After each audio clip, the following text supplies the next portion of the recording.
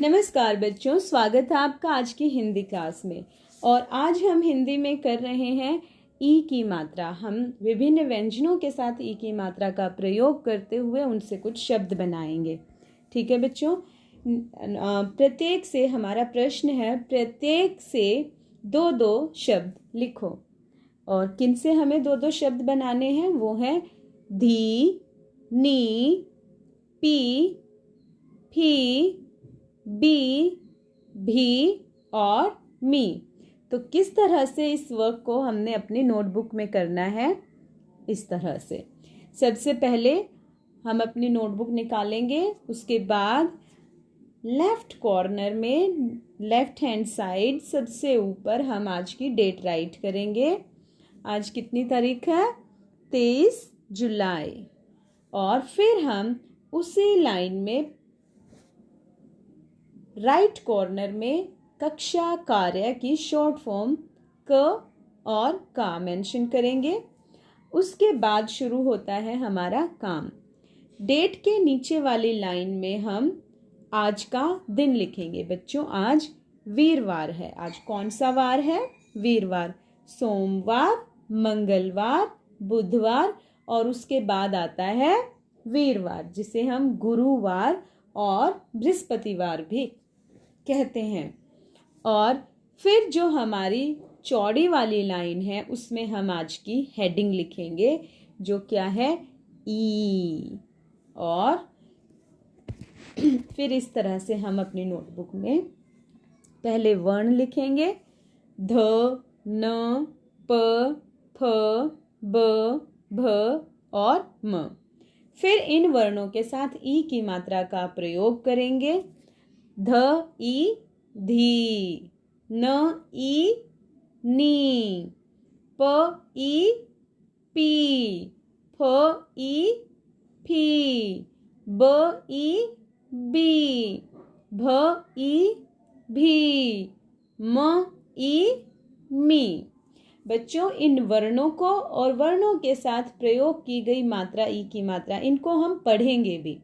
और अब मैं आपको बोलूंगी कुछ शब्द जिनको आपने ध्यान से सुनना है और सुनने के बाद अपनी नोटबुक में लिखते जाना है। ठीक है बच्चों, एक बार फिर से मैं आपको याद दिला दूं कि जो ई की मात्रा है वो हमेशा वर्ण के दाईं तरफ लगाई जाती है, यानी कि राइट साइड लगाई जाती है। पहले वर्ण फिर मात्रा। ओके बच्चों, समझ आया सभी को? अब लिखना शुरू करते हैं। तो धी, धी, धी, धीरज। धीरज रखना यानी कि सब्र रखना, पेशेंस रखना। तो पहला शब्द आप क्या लिखेंगे? धीरज, धीरज। और उसके बाद इसी लाइन में आपका दूसरा शब्द है धीमा। ध ई म आ, धीमा। धीमा यानी कि स्लो, मंद। अब हम अगली लाइन में आएंगे। न के साथ ही की मात्रा जोड़ने पर बनता है नी। नी नी नी, नीम। बच्चों, नीम जो है, नीम का एक पेड़ होता है जिस पर कड़वा फल लगता है। और नीम के पेड़ का हर हिस्सा किसी न किसी काम आता है। जैसे नीम की डाल से हम मंजन करते हैं। नीम की पत्तियां जो है, अगर उनको पानी में उबाल कर नहाया जाए तो बीमारियों से बच सकते हैं। इसी तरह नीम की जड़ें, नीम का फल, हर चीज़ का दवाई बनाने में इस्तेमाल होता है। तो पहला शब्द क्या था आपका? नीम, नीम। अब अगला शब्द लिखिए बच्चों। नी नी नी, नीला। नीला। बच्चों, नीला जो है एक रंग होता है। जैसे आसमान का रंग कैसा होता है? नीला। और अब हम अगली लाइन में आएंगे। अगली लाइन में हमारा जो वर्ण है वो है प। और बच्चों प के साथ ई की मात्रा लगाने पर बनता है पी। तो अब हम लिखेंगे पी पी पी पीपल। बच्चों पीपल का पेड़ भी आपने अपने आसपास ज़रूर देखा होगा। अक्सर मंदिरों में ये पेड़ पाया जाता है और लोग इसकी पूजा भी करते हैं। पीपल के पेड़ की लकड़ियाँ हवन करने में काम आती हैं। और हमारा अगला शब्द है पी पी पी पीला। बच्चों पीला भी एक रंग होता है। केला किस रंग का होता है? पीला पीला। आम भी पीला पीला। और पपीता भी पीला पीला होता है। और अब हम अगली लाइन में आएंगे। अगली लाइन में हमारा जो वर्ण है वो है फ। और फ के साथ ही की मात्रा लगाने पर बनता है फी। और अब फी से हम शब्द लिखेंगे फी फी फी फीता। अब फीता क्या होता है बच्चों? फीता जो आप अपने जूतों में बांधते हैं, शू लेसिस पता है ना, उसी को क्या बोलते हैं हिंदी में? फीता। और अब फीता के बाद इसी लाइन में जो हम दूसरा शब्द लिखेंगे वो है फी फी फी फी फीका। अब फीका क्या होता है? फीका होना यानी कि हल्का हो जाना। जैसे हम डार्क कलर के कपड़ों को अगर धूप में सुखाएं तो धीरे धीरे क्या होता है, धूप जो है वो कलर को चुरा लेती है और जो कलर है वो धीरे धीरे टाइम के साथ साथ फीका पड़ता जाता है, फेड हो जाता है। फीका हो जाना, फेड हो जाना।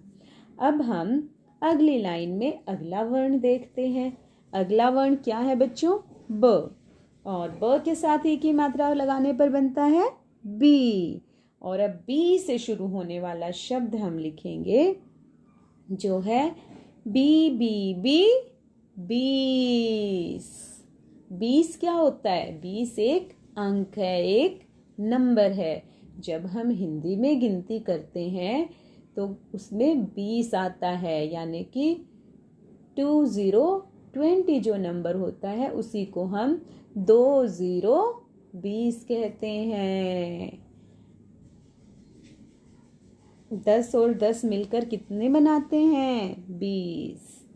और अब इसी लाइन में हम अगला शब्द लिखेंगे वो है बी बी बी बीमार।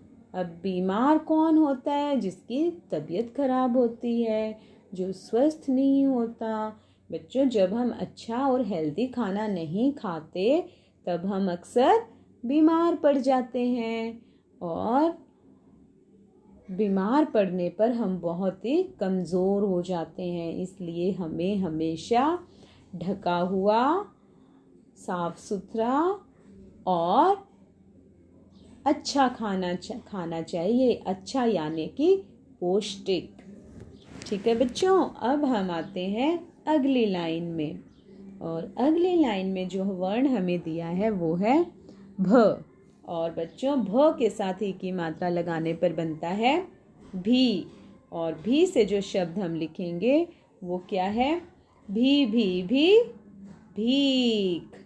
बच्चों आपने मंदिरों में, मेट्रो स्टेशन पे, रेलवे स्टेशन पे बहुत सारे ऐसे लोगों को देखा होगा, ऐसे छोटे छोटे बच्चों को भी देखा होगा जो अक्सर आपको भीख मांगते हुए नज़र आते हैं। यानी कि वो आपसे पैसे, खाना, कपड़ा ये सब चीज़ें मांगते हैं। लेकिन ये बहुत बुरी बात है और ऐसे लोगों को हमें पैसे और ये सब देकर बढ़ावा नहीं देना है, बल्कि उन्हें ना देकर उन्हें काम करने के लिए कहना है। अब भीख के बाद अगला शब्द हम क्या लिखेंगे? अगला शब्द है भी भीड़। भीड़ जहाँ पर यानी कि बहुत सारे लोग इकट्ठे हो जाएं, बहुत सारे लोगों की भीड़ को भीड़ कहा जाता है। जैसे मंदिरों में बहुत भीड़ लगी होती है, जब कभी हम बसेस में ट्रेवल करते हैं या फिर हम मेट्रो से ट्रेवल करते हैं या फिर हम ट्रेन लेते हैं ट्रेवल करने के लिए, तो इन जगहों पर हमें बहुत ही भीड़ दिखाई देती है। ऐसे ही मार्केट प्लेसेस पे भी बहुत सारी भीड़ होती है, बाज़ारों में बहुत भीड़ देखने को मिलती है। तो अब हम लिखेंगे भीड़, ड़ जिसके नीचे बिंदी आती है, भीड़। भीड़ के बाद अगला वर्ण है अगली लाइन में म, और बच्चों म के साथ ई की मात्रा लगाने पर बनता है मी, और मी से जो शब्द है वो है मी मी मी, मीठा। मीठा तो सबको पसंद है। कौन कौन सी मीठी मीठी चीज़ें आप खाते हो? आजकल तो मीठा मीठा आम सबको खाना अच्छा लगता है ना बच्चों? और अब हम मी से ही अगला शब्द लिखेंगे जो क्या है, मी मी मी, मीत, म ई त, मीत। मीत कौन होता है बच्चों? मीत भी साथी को ही कहते हैं, ठीक है, मीत, मीत। अब बच्चों आपने क्या करना है, ये तो हुआ आपका नोटबुक वर्क। अब आपने इन वर्णों से बहुत सारे शब्द सोचने हैं, जैसे भी भीम, मी मीरा, नी नीरज, धी धीर। इस तरह से अलग अलग शब्द जो हैं इनसे सोचने हैं, ताकि आपके पास शब्दों का भंडार इकट्ठा हो जाए। और जब बहुत सारे शब्द आपको आते होंगे तो आपकी उस लैंग्वेज पे जो कमांड है वो बहुत अच्छी बनेगी, ठीक है बच्चों? अब आपने इन शब्दों को लिखना है और उसके बाद उनको पढ़ना है। लेकिन याद रहे बच्चों, जब आप इन शब्दों को लिखोगे तो आपकी जो हैंडराइटिंग है वो बहुत सुंदर होनी चाहिए, ठीक है बच्चों? और साथ साथ आपने इन वर्ड्स की जो है पिक्चर भी इनकी साइड में, इनकी राइट साइड में पिक्चर्स भी ड्रॉ करनी है। फिर जब आपका कंप्लीट हो जाए वर्क तो आपने उसे क्लिक करके मेरे पास चेकिंग के लिए भेजना है। लेकिन बच्चों भूलना नहीं कि आपकी आंसर शीट पे, आपकी नोटबुक के पेज पे आपका नेम, क्लास और सेक्शन ज़रूर मेंशन किया हो। ओके बच्चों, thank you and good bye.